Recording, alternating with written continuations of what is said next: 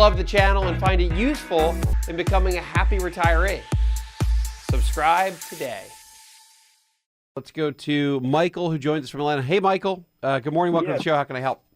Yeah, good morning, Wes. Great show. I love tuning in every Sunday. Thanks, man. What's going on?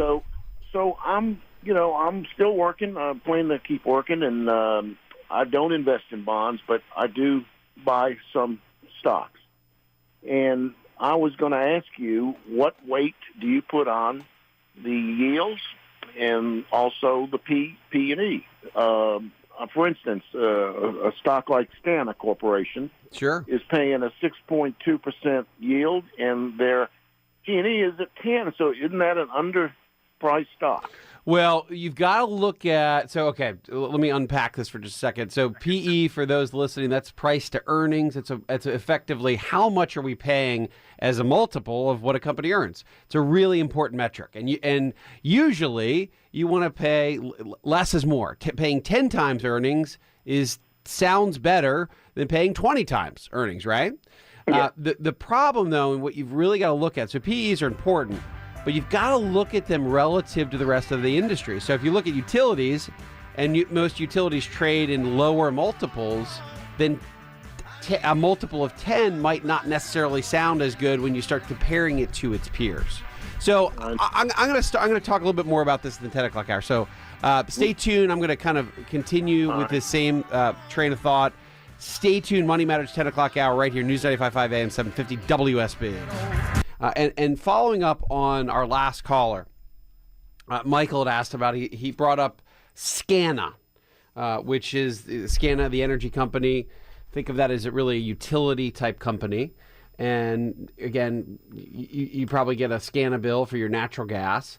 And that is, and he said, hey, wait a minute, that the multiple, the PE multiple on this stock is pretty low, so that looks good, and it yields 6.2%. That looks pretty good.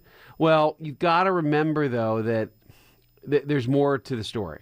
So you pull up a price chart for Scana, and it's down 33% over the last 3 years, where the S&P 500 over that same period of time is up 30%.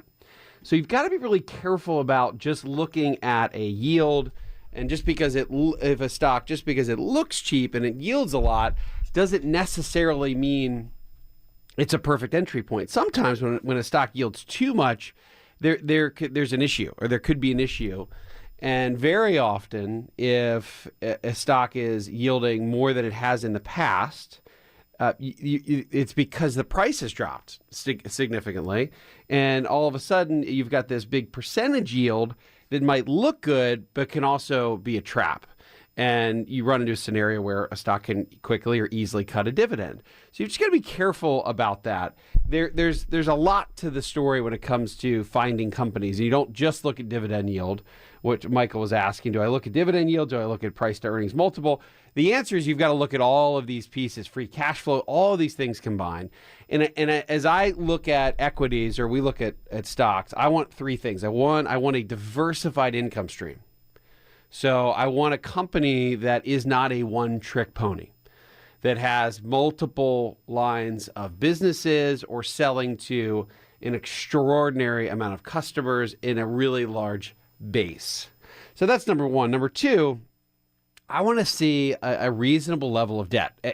They haven't borrowed too much. So an analyst would refer to this as having low or serviceable debt or net debt, which really just means they have no problem paying their bills and they haven't overextended themselves with debt. And then three, I want to see consistent earnings. Essentially, what does their profit picture look like? There's a lot of different ways there's a lot of different metrics that measure profitability. You can look at earnings, you can look at net income, you can look at free cash flow, but you've got to see a consistency of a company doing this over many, many years. And if you put all that together, that's the kind of company that I'm comfortable with. The other thought is that I like to look at dividend history. So if you look at a company that has slowly ratcheted higher what they pay out to investors for 10 years or 20 years or 30 years, and the longer the better, then it's an important piece of owning that company. And the company, if they have a history of dividend payouts, they want to maintain that history. So it becomes very important for them to stay consistent and ratchet the dividend higher every year. And that's a sign that they continue to expand, continue to grow, continue to have profitability, so they can pay out more and more and more to shareholders. And so you put all those pieces together, and that's what I'm looking for when I'm owning or buying a company, and hopefully holding that company for a very, very long period of time.